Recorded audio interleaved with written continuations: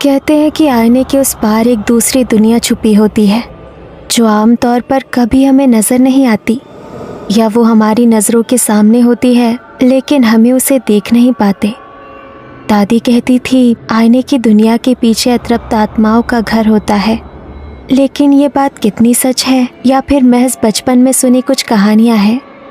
बचपन में दादी कहती थी कि रात को कभी खुले आईने के सामने मत सोना, क्योंकि अगर रात के पहर उस पार की किसी अतृप्त आत्मा ने तुम्हें देख लिया तो वो तुम्हें अपने वश में कर लेगी या अपने साथ तुम्हें भी उसी दुनिया में ले जाएगी।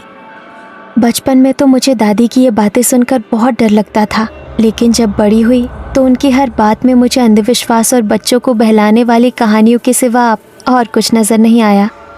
आज जब मैं अपने नए घर की शिफ्टिंग करते हुए अपने हस्बैंड से बात कर रही थी तो मुझे दादी की कही हुई ये बातें याद आ गई। शुभम, तुम्हें ऐसा नहीं लग रहा है इस घर में कुछ अधूरा सा है? अधूरा? क्या अधूरा? आईना। नया घर बनाया और उसमें आईना ही नहीं है। मुझे एक एंटिक मिरर लेना है। मैंने सुना है बंजारा मार्केट में काफी अच्छी एंटिक चीजें मिलती है। चलो ना, आज वही चलते हैं। ठीक है मैडम, जैसा आपका हुक्म। नीति शुभम के साथ बंजारा मार्केट गई। पूरे मार्केट में खूबसूरत एंटिक सामान की भरमार थी।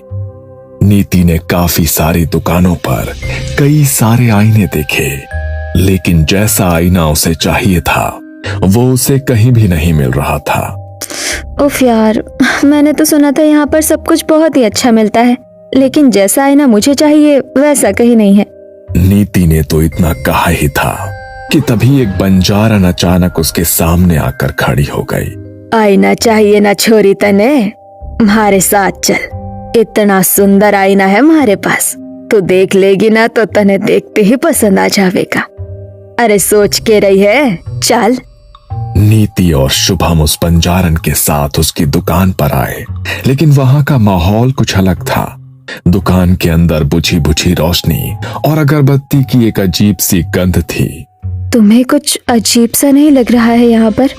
अरे अभी थोड़ी देर पहले अगरबत्ती जलाई थी तो उसी की वजह से ये धुआं हो गया है। ये देख छोरी, तेरा आईना कति तेरे जैसा खूबसूरत। आईना तो बहुत सुंदर है, मुझे बिल्कुल ऐसा ही आईना चाहिए था। मैं जानू हूँ छोरी, और यो आईना मैंने थारे लिए ही संभाल के रखा था। मेरे लिए ही संभाल के रखा था से आपका क्या मतलब है? मैं तो आपसे पहली बार मिली हूँ, आप तो मुझे जानती भी नहीं है। सब कुछ जानने के लिए मिलना जरूरी नहीं होता छोरी, और मेरे कहने का ये मतलब है कि मैंने यो आईना किसी ऐसी छोरी के लिए संभाल के रखा था जिसके परिवार में खुशी आने वाली हो। तेरे पेट को देख के ही मैं समझ गई थी कि थारे भीतर नन्ही सी जान पल रही है।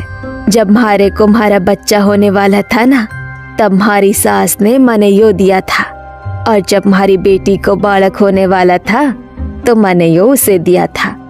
पर वो बेचारी बच्चे को जन्म देने से पहले ही चल बसी।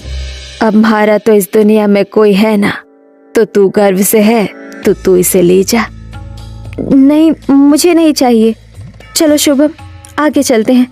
अरे के हो गया छोरी, ले जाना। सुबह से हमारी बोनी भी ना हुई है, तेरा बहुत बहुत एहसान हो जाएगा छोरी। अच्छा ठीक है, दे दीजिए। नीति का आईना लेने का मन तो नहीं था, लेकिन उसने बंजारन का मन रखने के लिए वो आईना खरीद लिया।